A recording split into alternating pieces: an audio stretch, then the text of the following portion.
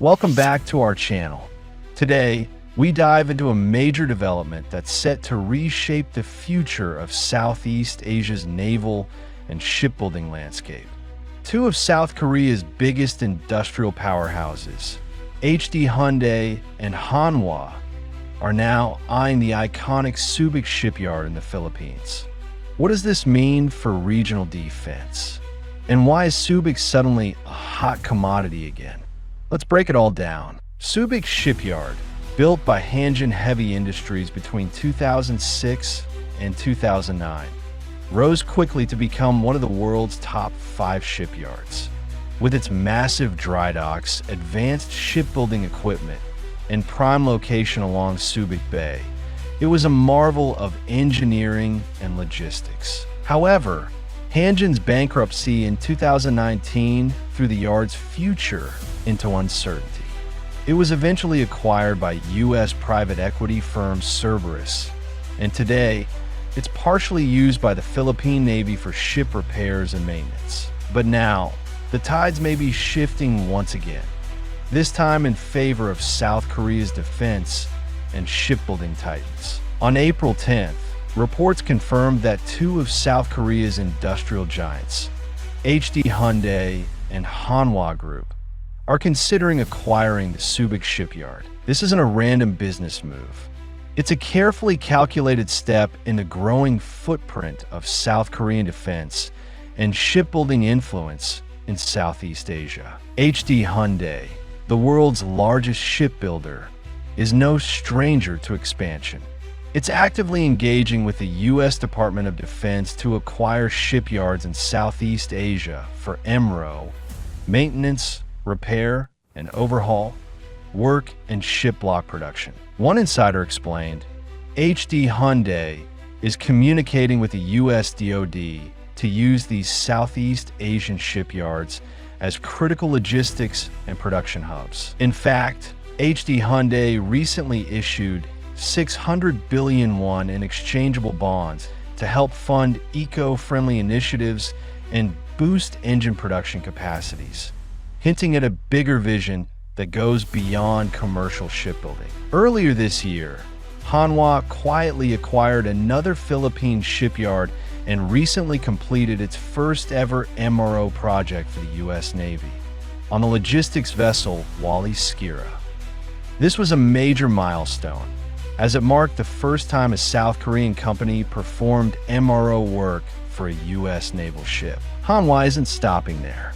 It has announced plans to invest a jaw-dropping 2.4 trillion won, roughly $1.8 billion USD, into its defense and shipbuilding arms, including Hanwha Aerospace. An insider summed it up well.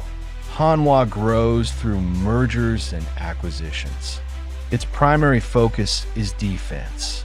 It's bold, aggressive, and willing to take risks to expand its footprint, especially for U.S. Navy contracts. While both companies share a common goal, expanding into Southeast Asia, their corporate philosophies are very different. Hyundai is cautious, calculated.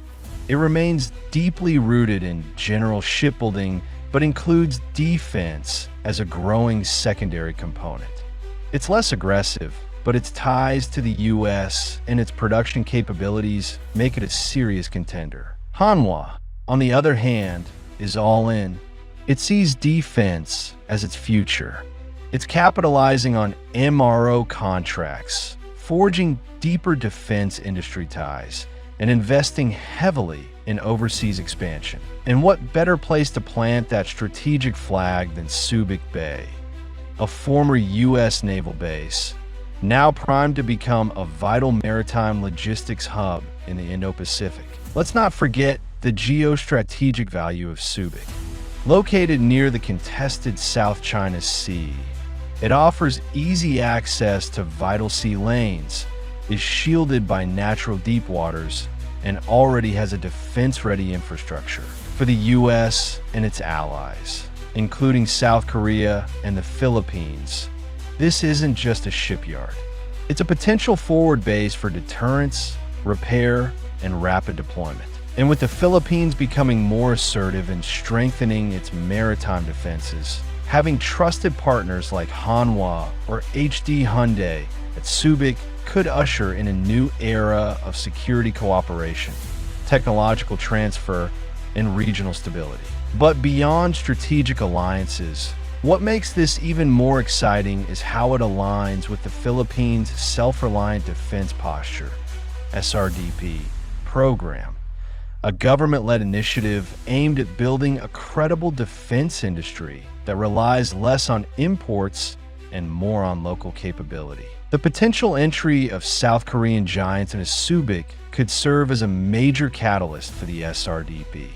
By localizing parts of shipbuilding, repair, and logistics support, the Philippines not only gains cutting-edge technology, but also creates thousands of skilled jobs, boosts local industries, and reduces dependency on foreign suppliers during conflict or crises. With the revised AFP modernization program entering the Rehorizon 3 phase, the Department of National Defense is doubling down on strategic investments that support territorial defense.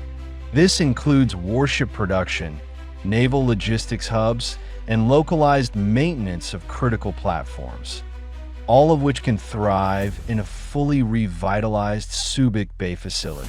Defense Secretary Gilberto Teodoro has been vocal about making the SRDP a central pillar of national security, and having Subic under the wing of seasoned global defense players could finally make that vision a reality.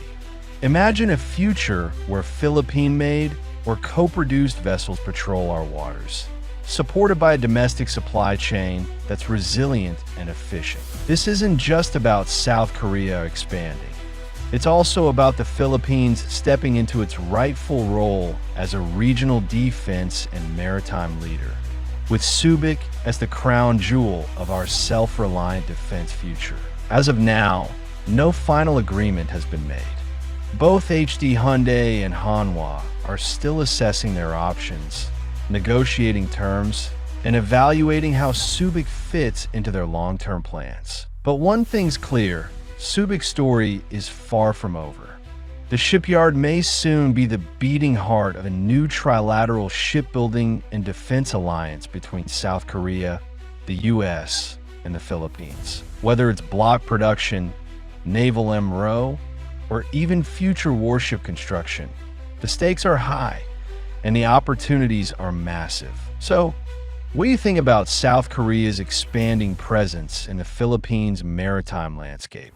Is Subic Shipyard about to enter its golden era again under Korean leadership?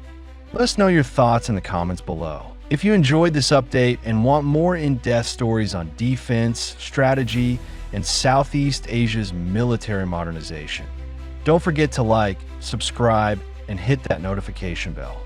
Thanks for watching, and see you in the next one.